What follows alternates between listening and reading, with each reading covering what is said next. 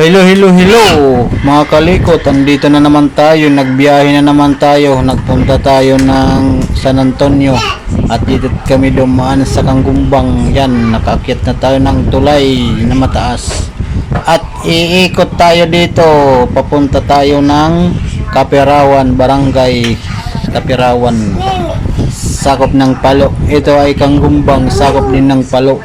At dadaan tayo sa Sitio Bakaan. Yan o. Pasensya na kayo mga kalikot na may maingay. May bata kami dito. Yan yung nagko-contraction noon. Hindi pa ito kalsada. Ay kalsada. Hindi pa ito nasisiminto ngayon o. Nasisiminto na o. Ito yung mga naggumagawa ng mga siminto. Yan. O. Andito na tayo sa Sitio Bakaan, Barangay Kanggumbang, Palo. Yan, ang dami na ng bahay dito. Yung maliit pa ako, hindi ito maraming bahay dito. At hindi pa ito nasisiminto. Ngayon, simentado na oh. Tingnan nyo oh.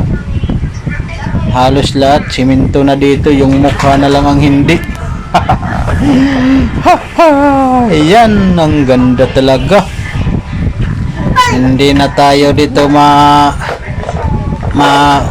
ano sa Tagalog yung tatamarin pala dito sa pagdadaan, kasi noon na ano sa Kanhidug kami dumadaan pag nagpunta kami ng San Antonio, kasi dito ay napakahirap talaga ng daanan dito noon. Ngayon ang ganda na oh. At lalabas na tayo ngayon sa Ibakaan. Kikita na natin yung mga palayan. Yan oh. Ang lawak ng palayan dito. Oh. Sa barangay ng Palo. Oh. Makikita nyo lang. Dito nyo lang makikita ang palayan na napakalawak. Oh. Dito sa barangay ng Palo, Kanggumbang at Kapirawan. Yan. Oh. Simentado na talaga. Noon mahirap ito daanan dito kasi dinadaanan to ng mga truck, kaya hindi ako dumadaan dito noon.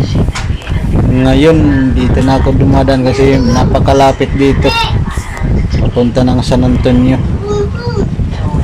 Halos ng mga kalsada dito simentado na. Yan no. Wow, kitang kita nyo na yung mga palayan na napakalawak.